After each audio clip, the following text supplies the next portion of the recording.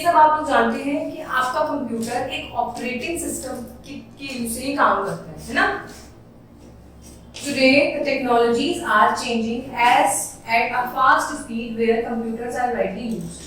आजकल technology change होती जा रही है और कंप्यूटर्स बहुत अच्छी रेंज में यूज होते जा रहे हैं। It is very difficult to find out a field where computer are not being used. बहुत मुश्किल है ऐसा फील्ड ढूंढना जहाँ पे आप कंप्यूटर को नहीं पाते। आपको हर जगह कंप्यूटर यूज में देखने को मिलेगा ही मिलेगा।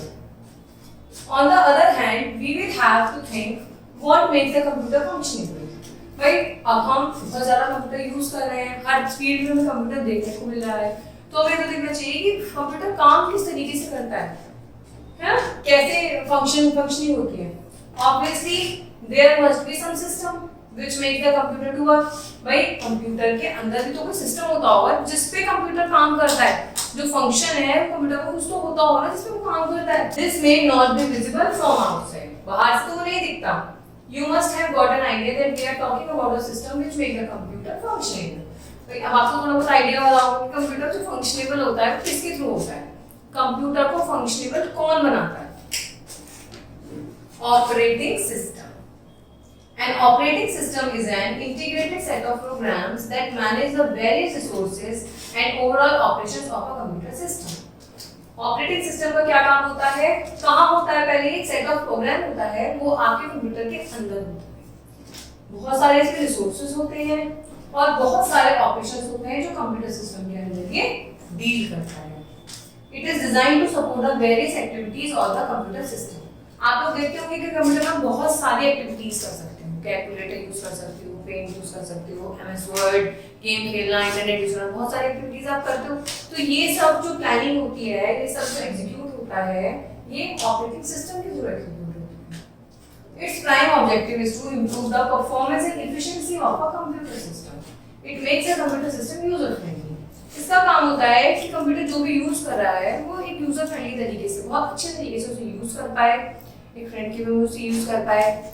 और दूसरा, कंप्यूटर जो भी परफॉर्मेंस टास्क को डील करता है, इसका काम होता है उनको बिल्कुल एफिशिएंसी, बिल्कुल सही ढंग से और अच्छे तरीके से प्रोवाइड करना। It is believed that one of the first operating system was developed in earlier 1915 by International Business Machine (IBM). अब ऑपरेटिंग सिस्टम फर्स्ट कहाँ हुआ था? 1915 में हुआ था, IBM के द्वारा। This operating system was elementary in nature and was not powerful as the operating system of today's computer. भाई ये स्टार्टअप था नेचर के लिए और इतना पावरफुल नहीं था जो आज के टाइम में। आप भी जानते हैं, आप सपोज कीजिए एक एग्जांपल लीजिए, फोन पहले छोटे बटन्स वाले फोन आते थे और अब टच स्क्रीन वाले फोन आ गए, तो वो फोन आज के फोन पहले वाले फोन को तो मैच नहीं कर पाएंगे। It is very common. A lot of research work has been undertaken in this direction with the result that today we have a powerful operating system. भाई जब 1950 में IBM ने इसको डेवलप करा, उसके बाद इसमें रेगुलर बेसिस पे चेंजेस होते रहे पब्लिक की वेलफेयर के लिए। जो यूजर फ्रेंडली तरीके से जो भी बंदा इसे यूज कर रहा है उसके लिए रेगुलर बेसिस पे अपग्रेडेशन हो रहा है, जिसका रिजल्ट है कि आज हमारे पास बहुत एक पावरफुल ऑपरेटिंग सिस्टम एग्जिस्ट करता है। This system is machine independent and can execute several jobs at a time on the same machine.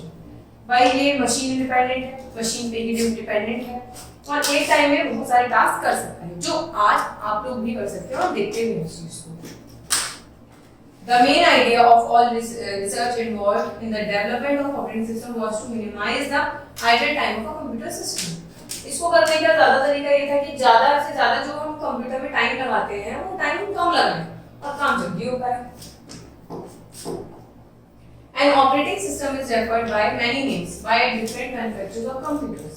भाई बहुत लोगों ने ऑपरेटिंग सिस्टम को बिल्ड करा, ठीक है, और उसके बाद उसमें चेंजेस करे, तो अलग अलग नाम इसके हो गए, ठीक है। Other terms used to describe the operating system are executive, supervisor, controller और master controller। इसको हम ये भी कह सकते हैं क्योंकि यही काम करता है, प्रोग्राम को एग्जीक्यूट करता है, कंप्यूटर के अंदर की सारी एक्टिविटीज को सुपरवाइज करता है, कंट्रोल करता है और मास्टर कंट्रोल प्रोग्राम का काम करता है। Why do we need an operating system? इसका आंसर तो हमें इसी पैराग्राफ में मिल गया कि हमें ऑपरेटिंग सिस्टम की नीड ही क्यों है। क्या बिना ऑपरेटिंग सिस्टम के हम कंप्यूटर में काम कर पाते? बिल्कुल भी नहीं कर पाते। आइए जानते हैं। Suppose a parent or guardian wants to meet the principal of the school. आपके स्कूल में सपोज कीजिए आपके पेरेंट को या फिर आपके किसी गार्जियन को स्कूल के प्रिंसिपल से मिलना है, ठीक है, देन ही और she adheres to the following norms। तो उसके लिए क्या आपके पेरेंट डायरेक्टली प्रिंसिपल से जाके मिल पाते हैं? उनके लिए भी कोई रूल सेट करे होंगे। अब देखिए रूल्स पढ़ते हैं। At first he or she go to the office। सबसे पहले आपके स्कूल के ऑफिस पे जाना होगा। He or she asks a person concerned for an appointment with the principal। वो भी जो भी बंदा होगा वो प्रिंसिपल का एक अपॉइंटमेंट लेगा।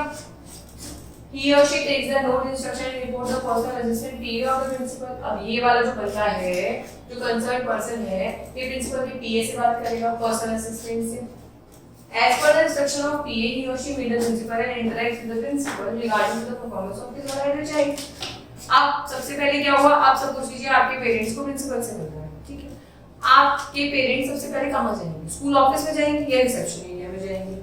अब रिसेप्शन एरिया के जो भी रिप्रेजेंटेटिव होगा या फिर कोई ऑफिस का बंदा होगा, वो क्या करेगा? प्रिंसिपल के पर्सनल असिस्टेंट से अपॉइंटमेंट लेगा। जो पीए, जो पर्सनल असिस्टेंट है, वो टाइम फिक्स करेगा, वो टाइम आपको बता दिया जाएगा और फिर आप उनसे मिल सकते हैं। तो एक हायरार्की मेंटेन करेंगे, डायरेक्टली नहीं अप्रोच कर सकते आप प्रिंसिपल से। विद थैंक्स ही और she leave the principal office. उनको थैंक्स बोलेगा और प्रिंसिपल ऑफिस में उनसे बात करने चला जाएगा। From the above sequence, you must have noticed the system of the school. It provides smoother functioning of an organization rather giving importance to an individual। भाई आपने स्कूल का सिस्टम देखा, ऐसा ही होता है। इसमें किसी से एक को भी इंपॉर्टेंस नहीं दी जाती, सबको दी जाती है। The every individual of an organization is very important, but the system is even more important। सब लोग इंपॉर्टेंट होते हैं। अब प्रिंसिपल से मिलने के लिए कोई भी पेरेंट मिल रहा है, तो पेरेंट हमारे लिए बहुत इंपॉर्टेंट रोल प्ले करते हैं। अगर पेरेंट चाइल्ड का एडमिशन नहीं कराएंगे तो हमारी स्कूल की ग्रोथ कैसे होगी? बट जो स्कूल ने नॉर्म्स रूल्स को फाइनलाइज कर रखा है वो भी इंपॉर्टेंट है। In the same way it is applicable in field of computer. Computer की फील्ड में भी एप्लीकेबल होता है। Thus N operating system provides a routine and the user work on the machine with some features provided by the processor, arithmetic and logical unit, control unit। अब आप computer को कोई भी काम देते हैं तो एक हायरार्की से एक स्टेप बाय स्टेप कंप्लीट होता है। जैसे हमने स्कूल में एक पेरेंट को जब प्रिंसिपल से मिला था तो एक प्रोसेस फॉलो करा, ऐसे ही कंप्यूटर फॉलो करता है। अब हम देखते हैं ऑपरेटिंग सिस्टम की क्या-क्या फंक्शंस होती हैं। पहले, it interprets the command and instruction to perform the specific task। ये क्या करता है? जो भी हमारे हम कमांड्स मिलती हैं इसको या जो भी इंस्ट्रक्शन दी जाती हैं उनको क्या करता है? ये इंटरप्रेट करता है, इनको इनबिल्ट करता है। It coordinates and assigns the compilers and assemblers and other software। ये क्या करता है? ये कंपाइलर, जैसे कि पीए ने ऑफिस के बंदे से एक दूसरे को कोऑर्डिनेशन करा, ऐसे ही ऑपरेटिंग सिस्टम में कोऑर्डिनेशन का काम होता है। It loads the program itself into memory so that the user will be able to interact with hardware as well as the software। इसका काम होता है हार्डवेयर और सॉफ्टवेयर को मैनेज करना। तो ये यूजर को हार्डवेयर और सॉफ्टवेयर क्या करता है? मेमोरी प्रोवाइड करा देता है, तो यूजर इसको बहुत अच्छे से इंटरेक्ट कर सकते हैं। It also detects the error present in the hardware and softwares। However, it also tries to correct the errors up to the some extent। ये अगर आपके कंप्यूटर के अंदर कुछ हार्डवेयर में रिलेटेड प्रॉब्लम है या फिर कुछ सॉफ्टवेयर से रिलेटेड प्रॉब्लम है, ये बताता है एक मैसेज के थ्रू और कोशिश करता है कि वो खुद भी इसको सॉर्ट आउट कर पाए। It also maintains the internal time clock. ये जो टाइम क्लॉक चलता रहता है उसको भी मेंटेन करता है। An operating system provides a platform for the user to work efficiently on the system. ये क्या प्रोवाइड करता है? एक प्लेटफॉर्म देता है। किसको देता है? यूजर को देता है। क्या करने के लिए? वर्क एफिशिएंटली, वर्क बहुत अच्छे से करने के लिए। The figure shown beside shows how an operating system maintains a link between the hardware and the user to get the desired result। अब देखिए हम आपको पिक्चर दिखा देते हैं। ये रहा, देखिए ये रहा आपका यूजर, ये रहा आपका यूजर, ये आपके एप्लीकेशन, ये आपका ऑपरेटिंग सिस्टम, ये आपका हार्डवेयर, सब में कोऑर्डिनेशन बना हुआ है। अब हम ऑपरेटिंग सिस्टम को क्लासिफाई करते हैं। तो एक ऑपरेटिंग सिस्टम अपने आप में एक बहुत बड़ा टॉपिक है, तो हम उसको एक साथ अगर पढ़ेंगे तो क्या हमें समझ आ पाएगा? पर अगर हम उसके सब पार्ट्स में उसको पढ़ेंगे तो हमें बहुत जल्दी समझ आ जाएगा। देखिए दो होते हैं इसमें, कहते हैं सिंगल यूजर ऑपरेटिंग सिस्टम और मल्टी यूजर ऑपरेटिंग सिस्टम। सबसे पहले हम पढ़ेंगे single user operating system. Single user operating system has a CPU, one set of input and output device. इसके पास एक तो सीपीयू होता है, एक सेट होता है इनपुट डिवाइस का, एक होता है आउटपुट डिवाइस का। It supports only when used at any point of time and only particular job and program is loaded in memory for execution. ये क्या करता है, एक टाइम पे किसी भी टाइम पॉइंट पे एक पर्टिकुलर जॉब करता है किसी भी इनपुट या आउटपुट के लिए। The most popular single user operating system है MS-DOS, जो हम पढ़ रहे हैं। वो कौन सा है, सिंगल यूजर ऑपरेटिंग सिस्टम, जिसे एक यूजर यूज करता है। अब पढ़ते हैं multi user. Multi user operating system caters to the need of more than one user. अब एक से ज्यादा अगर लोगों को ऑपरेटिंग सिस्टम को, सर्वर को यूज करना है तो हम इसका यूज करते हैं। Each user works on a different set of programs. हर यूजर अब अलग अलग सेट पे काम करता है। जैसे एक तो ये, अब इसके साथ कितने सारे यूजर, यूजर 1 2 3 4 5, इसे कहते हैं मल्टी यूजर। सिंगल यूजर में एक ही बंदा वर्कआउट करता है। In this environment, programs and data of more than one user is loaded into the memory and processed by the other operating system. अब ये जो environment हमने ऊपर देखा है, इसके अंदर प्रोग्राम और डेटा एक से ज्यादा यूजर तो लोड कर सकते हैं इसकी मेमोरी को और उस पे काम कर सकते हैं। ये एक ऐसा ऑपरेटिंग सिस्टम होता है। There is a central computer that acts as a server. अब मैं आपको दिखा देती हूँ, इसमें एक सेंट्रल कंप्यूटर है, ये सर्वर की तरह काम करता है। इसका काम है सर्वर की तरह काम करना। एंड ऑल अदर कंप्यूटर्स, जो भी वाले कंप्यूटर्स हैं, are connected to the server with the help of terminals as shown the above. देखिए ये एक दूसरे से कनेक्टेड है। Okay, the example of multi user operating system are Unix, Xenix, Linux, OS. ये सारे मल्टी यूजर के एग्जांपल है और सिंगल यूजर का MS-DOS। अब पढ़ते हैं next topic, that is booting. What is the meaning of booting? The process of turning on the computer and loading operating system in the primary memory RAM is known as booting. जब हम computer को start करते हैं और जब CPU start होता है, वो सब प्रोग्राम्स को एक्टिव करता है, इस प्रोसेस को हम कहते हैं booting. In the case of DOS के अंदर it involves loading of 3 essential files. DOS के अंदर जब बूटिंग होती है तो 3 फाइल्स होती है, IO.sys, ms.sys and command.com। ठीक है, ये 3 मेन मेमोरी होती है जो स्टार्ट होती है DOS के अंदर into the main memory. During booting of a computer, the following actions automatically take place. जब भी बूटिंग हो रही होती है, जब भी कंप्यूटर को हम स्विच को ऑन करते हैं, उसके जो प्रोग्राम्स एक्टिव हो रहे होते हैं, ऑन हो रहे होते हैं, तो ये वाले चीजें जरूर होती हैं। इसके अंदर पहला है power on self tested, checking for all the components and parameters. Computer के जितने भी पार्ट्स हैं उन्हें चेक करता है।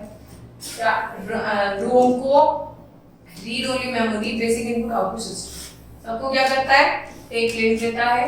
It also check the presence of DOS in the drive. By default the DOS files are present in C।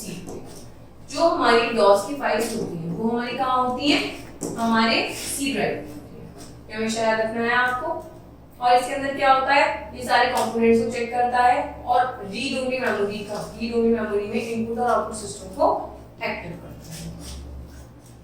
Note करते हैं, if DOS is not found in C drive, अगर आपको DOS C ड्राइव में नहीं मिलेगा, then an error message is displayed on the screen, तो screen पे error message आएगा, नो सिस्टम डिस्क और disk error, replace and place any key when, मतलब कि इसके अंदर कुछ एरर है और इसको रिप्लेस कीजिए। If the default drive is C, अगर डिफॉल्ट ड्राइव C है, the user want to work on D drive, तो यूजर किस पे करेगा, D पे काम करेगा। तो ये C है, ये D, ठीक है। अब आप पढ़ेंगे टाइप्स ऑफ बूटिंग। अब बूटिंग भी 2 प्रकार की होती है। पहला होती है कोल्ड बूट।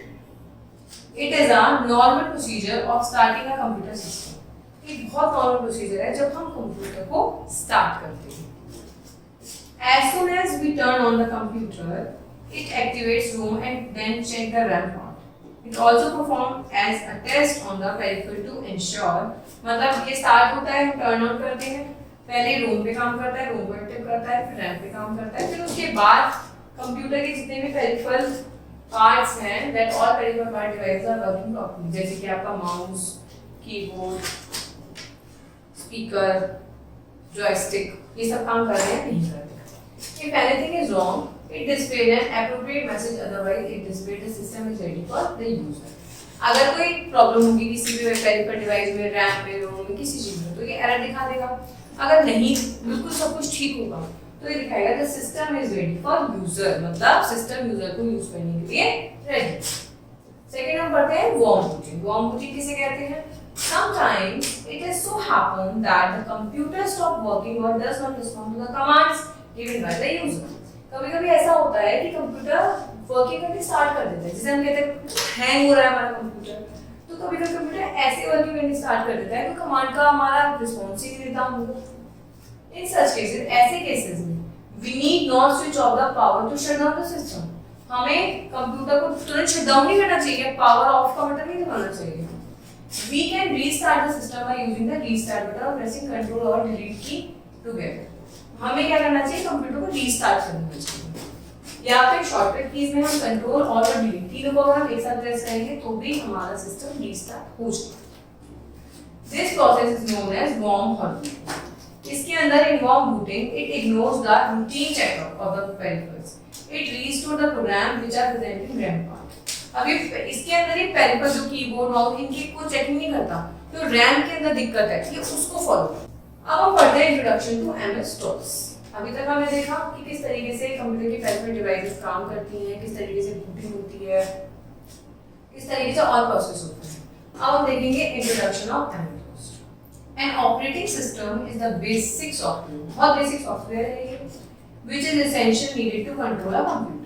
कंप्यूटर को कंट्रोल करने के लिए इसकी बहुत ज्यादा जरूरत होती है। It acts as an interface which is loaded in the computer's memory to regulate the functions of entire computer system. इसमें कैसा इंटरफेस होता है कि जब कंप्यूटर स्टार्ट होता है, सभी कंप्यूटर के सारे पार्ट्स, चाहे वो आउटपुट डिवाइस हो, चाहे वो इनपुट डिवाइस हो, ये सबको एक तरीके से कंट्रोल करके, प्रोसेस करके हमें यूज करने के लिए देता है। In 1980s, International Business Machine (IBM) approached Microsoft, a software manufacturing company. इस 1980 में IBM ने Microsoft को अप्रोच किया, क्या करने के लिए? ऑपरेटिंग सिस्टम डेवलप करने। ठीक है। 1984 में Microsoft had licensed MS-DOS to 200 personal computers manufacturers. 1980 में इन्होंने अप्रोच किया था, 1980 में Microsoft ने क्या करा? लाइसेंस दिया MS-DOS के 200 पर्सनल कंप्यूटर्स को, making MS-DOS as the standard operating system for personal computer. इसने 200 पर्सनल कंप्यूटर को अथॉरिटी दी, लाइसेंस दिया, क्या करने के लिए? ऑपरेटिंग सिस्टम MS-DOS को स्टैंडर्डाइज करने के लिए personal. Since then MS-DOS is popularly known as single user operating system. तब से MS-DOS बहुत पॉपुलर हो गया है, जिसे क्या जानते हैं, इसके नाम से जानते हैं single user operating system. At present MS-DOS version 6.2 is used in the most of the personal computer.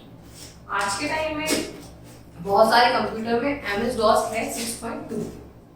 Okay, अब हम पढ़ेंगे इसके फीचर्स के बारे में। ठीक है, पहला है it is a portable operating system. ये पोर्ट किया जा सकता है, शिफ्टिंग करी जा सकती है इसकी। It may be contain in a floppy disk, hard disk and pen drive. इसके अंदर फ्लॉपी डिस्क, हार्ड डिस्क और पेन ड्राइव को हम कंटेन कर सकते हैं। ये सिंगल यूजर ऑपरेटिंग सिस्टम है जो हम पहले पढ़ चुके हैं। It also supports in other environment Windows. It means that the user can perform all type of tasks in MS-DOS while on Windows. ये हर तरीके के टास्क जहाँ तक पॉसिबल है, हर तरीके के टास्क को डील करने की कोशिश करता है और कर भी पाता है। अब हम देखते हैं MS-DOS फाइल्स का क्या रोल होता है इसके अंदर। DOS is a collection of programs stored in a file. आप जो भी हमारे प्रोग्राम्स का कलेक्शन है वो किसी फॉर्म में तो सेव होगा, वो होगा फाइल्स की फॉर्म, इन्हें कहते हैं हम files. The program means a sequence of instruction given to the computer to get task completed, and the DOS file denotes the collection of all such numerous program. इसका क्या काम होता है? प्रोग्राम क्या होता है? एक सीक्वेंस है इंस्ट्रक्शन, जो भी आप ऑपरेटिंग सिस्टम को इंस्ट्रक्शन दोगे उसका एक सीक्वेंस क्या कहलाता है? प्रोग्राम कहलाता है। और प्रोग्राम में डेटा होता है, उस डेटा को कौन मेंटेन करता है? DOS की फाइल। अब देखिए 3 मेन फाइल होती है, ये हमने पहले भी पढ़ी थी, कमांड MS-DOS फाइल्स। ठीक है, अब हम इनके बारे में पढ़ते हैं। is.sys and ms.sys are hidden system file, so we cannot see this file on the directory list. ये दोनों कौन सी होती हैं? हिडन होती है, छुपी हुई होती है, हम इसे डायरेक्टली इन्हें हम अप्रोच नहीं कर सकते, डायरेक्टली लिस्ट में नहीं देख सकते। iu.sis file handles the input output operations of the system and ms.sys takes of the software operating operations। मतलब ये क्या करती है? iu.sys तो इनपुट आउटपुट ऑपरेशंस को डील करती है और आपकी ms.dos किसको करती है? जो सॉफ्टवेयर के अंदर ऑपरेशंस होते हैं उनको डील करती है। और जो हमें थर्ड पढ़ी है command.com, ये विजिबल होती है डायरेक्टली लिस्ट में, ठीक है, ये डॉस के कमांड्स को देखती है। अब हम पढ़ते हैं वर्किंग विद ms.dos। अब हम देखते हैं कि हम ms.dos के साथ वर्किंग कैसे करते हैं। सबसे पहले हम सीखेंगे कि स्टार्ट कैसे होता है। भाई जब हमें किसी प्रोग्राम पे काम करना है तो हम उसे स्टार्ट करना तो बिल्कुल लाजमी आना ही चाहिए। तो सबसे पहले हम स्टार्ट बटन पे जाएंगे, उसके बाद हम जाएंगे ऑल प्रोग्राम्स पे, ऑल प्रोग्राम्स पे जाने के बाद हम जाएंगे एसेसरीज पे, इसके बाद ड्रॉप डाउन फिल्टर आ जाएगा, उसके बाद लिखाएगा कमांड प्रॉम्प्ट, हम जाएंगे कमांड प्रॉम्प्ट। तो इस तरीके से हमारा ये ओपन होकर आ जाएगा। उसके बाद हमारा सरफेस आएगा ऐसा, इस टाइप का। Thus, command window appears on the screen. आगे command alternative click on command prompt icon, directly भी आता है desktop पे। It plays command prompt windows. Generally, the command prompt is indicated by this prompt. इससे ही ये indicate होता है। You can go back to C prompt by using the ms.dos command as cd \/ and press enter। जब आप cd और ये press कर देते हो, ये क्या होता है, और एंटर प्रेस कर देते हो, ये बैक में चला जाता है, ठीक है, बैक हो जाता है। By default, ms.dos prompt appears with black background with white foreground। ये black background का होता है और आसपास का ये वाले फुटर्स में इसके white कलर के होता है। However, you can change the background and foreground colors by using color command। आप इसके कलर्स भी चेंज कर सकते हैं कलर कमांड के थ्रू। अब हम आगे पढ़ेंगे कमांड्स, जिन कमांड्स के थ्रू हम ms.dos में अपनी वर्किंग सीखेंगे। तो सबसे पहले जो सीख रहे हैं हम, पहले में इसे ऑन करना सीखा, ओपन करना सीखा, फिर इसके बाद हमने सीखा कि हम इसका कलर कैसे चेंज करेंगे। अब उसके लिए आप सिंटैक्स पढ़िए, इसमें सब कुछ सिंटैक्स के थ्रू होता है। अगर आपका सिंटैक्स सही है तो आपकी जो प्रोग्रामिंग है वो सही बनी जाएगी। कैसे यूज होगा? आपने करा कलर, फिर आपने स्टार्ट करा फोरग्राउंड कलर और फिर आपने स्टार्ट करा बैकग्राउंड कलर, ठीक है, ये तो उसका सिंटैक्स होता है। आगे देखते हैं, the range of these colours variable 0 to 9। हमने कुछ चैप्टर्स में पढ़ा है कि 0 to 9 में सब में कलर्स होते हैं। इसमें पढ़ा है हमने कि 0 to 9 में सब कलर डिफाइन होते हैं कि इसका ये कलर होता है, इसका ये कलर होता है। तो हमने क्या करा, c.stack color 1f, ठीक है, तो 1 का होता है ब्लू, तो इसमें क्या होगा, ये कौन सा डिस्प्ले करेगा, आपको ब्लू बैकग्राउंड डिस्प्ले करेगा, ठीक है। Similarly you can obtain many more combinations of background and foreground colour. अब आपने तो 1 करा है, ब्लू करा है, आप अलग अलग तरीके के अलग अलग कलर्स को ट्राई कर सकते हैं। नेक्स्ट देखिए, नेक्स्ट हम पढ़ते हैं क्लियर स्टेटमेंट्स।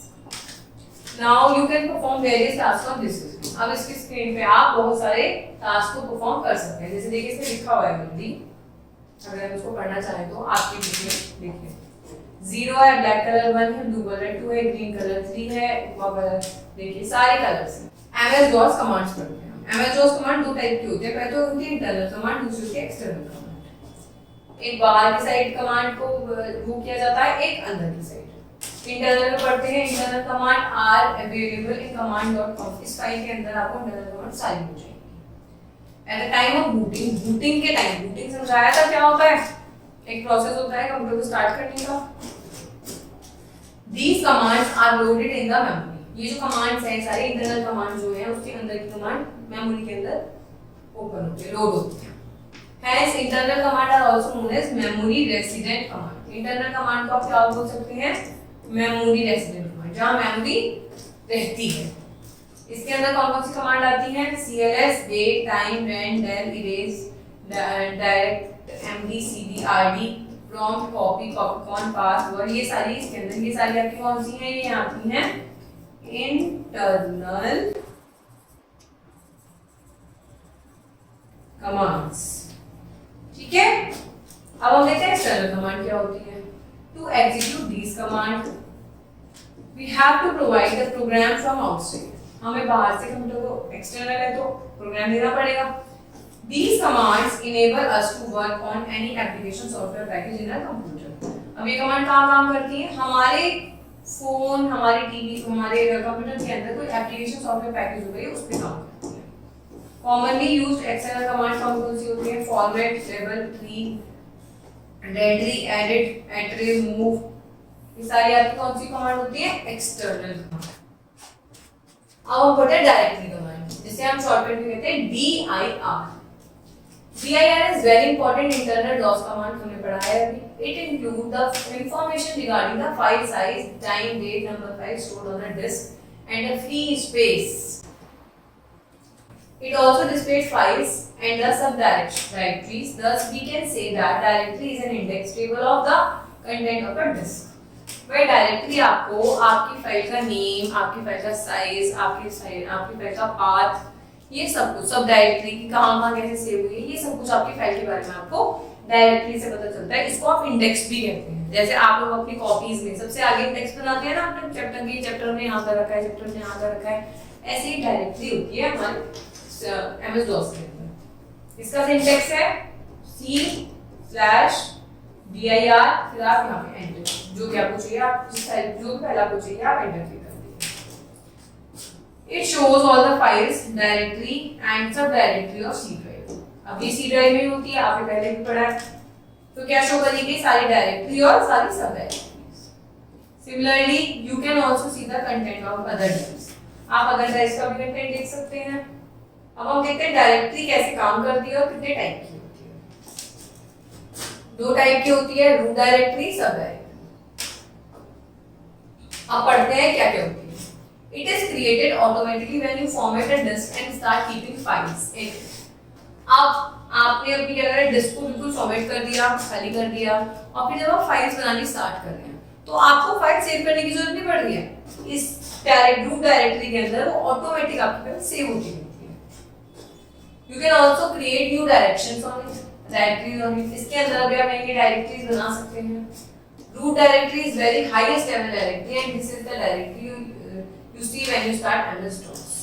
जब भी आप MS DOS को ओपन करेंगे तो आप सबसे पहले रूट डायरेक्टरी में ही अपनी बनी हुई सारी फाइल्स को देखेंगे, क्योंकि कैसी होती है? इंडेक्स होती है। सेकंड है sub directory. It is a directory inside the root directory which is created by the user. अब ये तो ऑटोमेटिकली बनी रहती है। सब डायरेक्टरी यूजर बनाता है, किसके अंदर? रूट डायरेक्टरी के अंदर। It can also have another subdirectory। अब सब डायरेक्टरी में भी और भी होती है। पहला होता है पेरेंट डायरेक्टरी, दूसरा होता है वर्किंग डायरेक्टरी। पेरेंट डायरेक्टरी क्या होती है? Parent directory contain sub directory in it. Parent directory के अंदर क्या होता है? सब डायरेक्टरी होती है। Working directory the directory in which you are working is known as current directory. जिस पे आप काम कर रहे हो तो उसे आप क्या बोलते हो? वर्किंग डायरेक्टरी या फिर करंट डायरेक्टरी। अब देखिए इसके चार्ट से हम समझ पाएंगे। सबसे पहले हमारी रूट डायरेक्टरी, फिर इसके अंदर हमारी सब डायरेक्टरी, फिर इसके अंदर हमारी हाई आ गई, इसके अंदर लो आ गई। ये हो गए इसके नाम। हाई में बेसिक और जावा, लो में असेंबली और मशीन। ठीक है, तो इस तरीके से हमने पढ़ा डायरेक्टरी कितने टाइप की होती है, डायरेक्टरी का क्या काम होता है, इस तरीके से हमारी फाइल्स MS DOS में जब बनाते हैं वो सेव होती है। This is root directory. Lang is sub directories में आपको पढ़ाया था। High and low are sub directories of lang. Basic and Java are sub directories of high. Assembly and machine are the subdirectory of low. High is the parent directory of basic and Java. Low is the parent directory of assembly and machine। अब देखते हैं हम directories को बनाना। Make directories. देखा directories होती क्या है, कैसी होती हैं। अब हम पढ़ेंगे MD के बारे में। This command help us to create a subdirectory in a working directory। भाई सब डायरेक्टरी के अंदर हमने देखा था, सब डायरेक्टरी के अंदर वर्किंग डायरेक्टरी थी। MD से हम सब डायरेक्टरी के अंदर अपनी डायरेक्टरी बना सकते हैं। इसका सिंटैक्स क्या होता है? MD और directory name. Suppose you want to create a new directory under working directories, then you will give a command। आप क्या कमांड दोगे? c.md class। MD के अंदर आपको क्लास बनानी है। This will create a new directory name class in your working directory। अब आपकी जो न्यू डायरेक्टरी है वो वर्किंग डायरेक्टरी के अंदर क्लास डायरेक्टरी बन गई। ठीक है, You can see it by using directly इस कमांड, डायरेक्टली वाली कमांड आप यूज करोगे तो आप अपनी जो आपने अभी बनाई है वो डायरेक्टली देख सकते हो, दैट इज क्लास डायरेक्टरी। अब चेंज डायरेक्टरी, अब हमें जो बनाई है क्लास डायरेक्टरी हम चेंज कैसे करेंगे? When you want to change from one directory to another directory, then you can do the same by using cd command. जब आपको एक डायरेक्टरी से चेंज करके उसको दूसरी डायरेक्टरी बनानी होती है तो आप कमांड को यूज करते हो, सेम कमांड ही होती है वैसे। cd command will change from one directory to another, syntax वही है, सिंपल cd और फिर डायरेक्टरी का नेम। इसमें हमने मेक डायरेक्टरी तो एमडी बनाया था, इसमें हमें चेंज करनी है तो हमने cd लिख दिया। Suppose you are in root directory and you want to go to the another directory, say first then just type as। देखिए md आ गया आपका, cd आ गया, cd में आपने फर्स्ट डायरेक्टरी बनाई तो आपने यहाँ पे cd फर्स्ट, तो ये आपकी डायरेक्टरी का क्या होगा? कंप्यूटर आपकी डायरेक्टरी का रूट चेंज कर देगा। Note, whenever you change directory, जब भी आप डायरेक्टरी को चेंज करेंगे, you have to make sure that the directory already exists in your root parent directory, otherwise it shows an invalid directory। जब आप डायरेक्टरी चेंज करेंगे, भाई आपको कुछ चीज चेंज करनी है तो कोई होगी, आप चेंज करेंगे उसे, तो श्योर करना है कि वो डायरेक्टरी रूट डायरेक्टरी में होनी चाहिए, तभी वो चेंज हो पाएगी। अब हम देखेंगे रिमूव डायरेक्टरी को रिमूव करना। When you want to remove a particular directory, that you can do the same by using rd command। इसको करने के लिए आप क्या यूज करेंगे? rd command, that is remove directory। इसकी सिंटैक्स क्या होती है? rd और आपने क्या लिखा? c डॉट सेमीकोलन और ये और आपने rd फर्स्ट, ये क्या करेगा? रिमूव कर देगा आपकी first directory. Internal DOS command, अब हम पढ़ते हैं इंटरनल डॉस कमांड क्या क्या होती है। कॉपी कमांड, कॉपी तो नाम से क्लियर है, कॉपी का क्या काम होता है? डुप्लीकेट बनाना। It is an internal DOS command which creates the duplicate of the original file but does not remove the original file. भाई कॉपी करने का काम तो हमने पहले भी कंप्यूटर में सीख रखा है कि कॉपी करने से जो चीज आप कॉपी कर रहे हैं वो डिलीट नहीं होती, उसकी एक और कॉपी बनके आपके हाथ में आ जाती है। It allows to copy one or more file to another disk with the same file name, same file name से आपका किसी और डिस्क में सेव हो जाएगी। To copy one or more file to another disk with different name, किसी और disc में अलग नाम से भी सेव हो जाएगी। टू अपेंड टू फाइल्स, दो फाइल्स बन जाएंगी बहुत आराम से। अब इसकी कमांड देखते हैं क्या है। c copy source file name target और फाइल, भाई यहां से आपने ये है और इसको आपको यहां चेंज करना है। This is illustrated on the next page।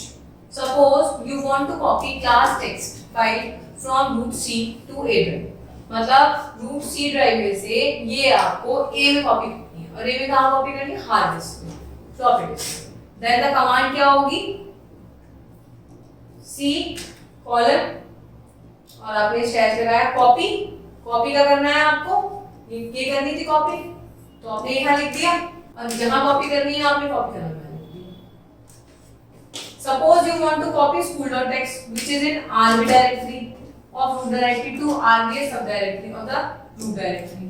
ये सब डायरेक्टरी के अंदर सेव है तो आप क्या लिखेंगे? आप सब डायरेक्टरी का भी नाम लिखेंगे c colon copy c rb school.txt से आपको rbs करनी है, जहां से आपको जहां करनी है वो दोनों चीजें, कोई आपने c से a में करनी तो लिखा, ऐसे आपने rb से rbs में करनी है तो आप दोनों को लिखोगे, जो चेंज करना है बीच में, ठीक है।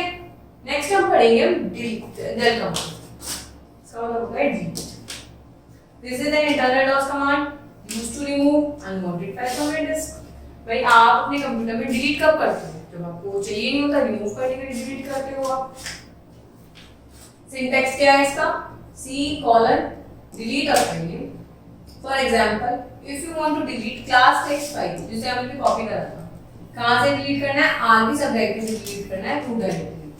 तो क्या लिखोगे आप? आपने ये तो आपको लिखना है, फिर आपने लिखा डिलीट। क्या डिलीट करना है आपको?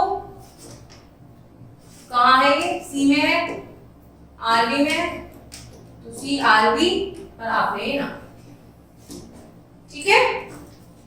अब देखते हैं rand कमांड। rand कमांड क्या होती है? This is an alternative DOS command and it is used to change the name of execution. ren का मतलब होता है रीनेम। अगर आपको अपनी फाइल का नेम चेंज करना है तो आप क्या करोगे? सिंटैक्स run ओल्ड फाइल का नाम और न्यू फाइल का नाम। जो ओल्ड आपने रख रखा है और जो न्यू आपको चाहिए। Suppose you want to change the name of file, इस फाइल का नेम आपको इस फाइल में चेंज करना है, तो आप क्या सिंटैक्स लिखोगे, रिन्यू, ये पुरानी का लिख दिया आपने और फिर नहीं कर, तो इससे क्या होगा, आपकी वो renew. Type command, it is an internal DOS command and is used to display the contents of specified file। उस फाइल के अंदर किस टाइप की वो फाइल है वो दिखाता है आपको टाइप कमांड। ये है इसका सिंटैक्स। आपको बेसिकली अगर आपने सब फाइल्स के मतलब जान लिए, जैसे मैं आपको समझा रही हूँ, उनके सिंटैक्स को लर्न कर ले तो आप MS DOS में प्रोग्रामिंग बहुत अच्छे से कर सकते हैं। For example, if you want to display the content of this file then the command will be, अब आपको इसका कंटेंट चाहिए तो क्या लिखोगे, टाइप और आपने प्रॉपर नाम, it display the content of the file, ये आपको आपकी फाइल का पूरा कंटेंट दिखाएगा। डेट कमांड, डेट कमांड नाम से क्लियर हो रहा है कि डेट आपको अब पता चल जाएगी। It is an internal DOS command which is used to display the system date, कि सिस्टम में क्या डेट है। सिंटैक्स क्या होगा, C:\. It displays the system date, however the user can set a new date as per the requirement। भाई user भी अपनी date जो सेव करेगा वही दिखाएगा। It is also important to know that the system displays the date, जो भी किस फॉर्मेट में दिखाता है, मंथ, डे और year. It means that the month of the followed by date or year it is used। देखो simple command है तो आपको शायद याद भी होगी कि आपको सिर्फ किस तरीके से कमांड को चेंज करना है। करंट डेट ये है, इसका आंसर न्यू डेट आपने ये लिख दी। If you want to change the date in the above format, अगर आपको चेंज करनी है तो आप ये वाला फॉर्मेट टाइप कर दो, then enter application, new date आपके अपने आप सेट हो जाएगी MS DOS के अंदर। टाइम कमांड, जैसे डेट कमांड का काम था वैसे ही टाइम कमांड का काम आ गया। It is an internal DOS command which display the time as and when required by the user. The system displays the time in the format, time दिखा देगा ये आवर्स, मिनट, सेकंड और minutes. The range of the hour format hours, minutes, seconds. Syntax क्या होगा इसका, C plus time, current time आपका आगे ही, न्यू टाइम आपको चेंज करना है तो आपको डेट की तरह चेंज कर सकते हो आप। एंटर न्यू डेट इस फॉर्म में और न्यू एम जो आपने लिखोगे वो ऐड जाएगी, ऐसे एंटर न्यू टाइम जो भी आप टाइम लिखोगे वो यहां से। If you want to reset the time then enter the time in the hour format, वही आपको वाले फॉर्मेट में अपना टाइम चेंज करके दिखा देना है। फिर है एक्सटर्नल DOS कमांड। अब तक हमने देखा सारी की सारी internal DOS command, date, time, rename, type. अब हम एक्सटर्नल के बारे में पढ़ते हैं थोड़ा सा। एडिट कमांड, एडिट का मतलब क्या होता है, किसी भी चीज को मॉडिफाई करना।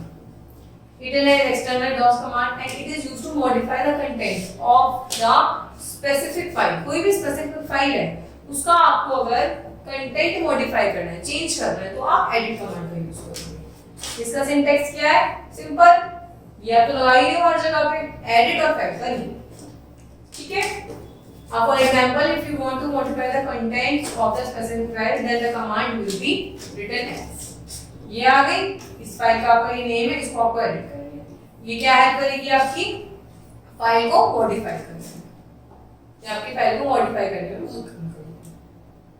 अब देखते हैं हम creating files in MS DOS। अब तक हमने सारी डायरेक्टरीज देखी, कमांड्स देखी, अब हम देखेंगे, अब तक हमने MS DOS को ओपन करना भी सीख लिया था। अब हम देखेंगे हम फाइल कैसे बनाते हैं।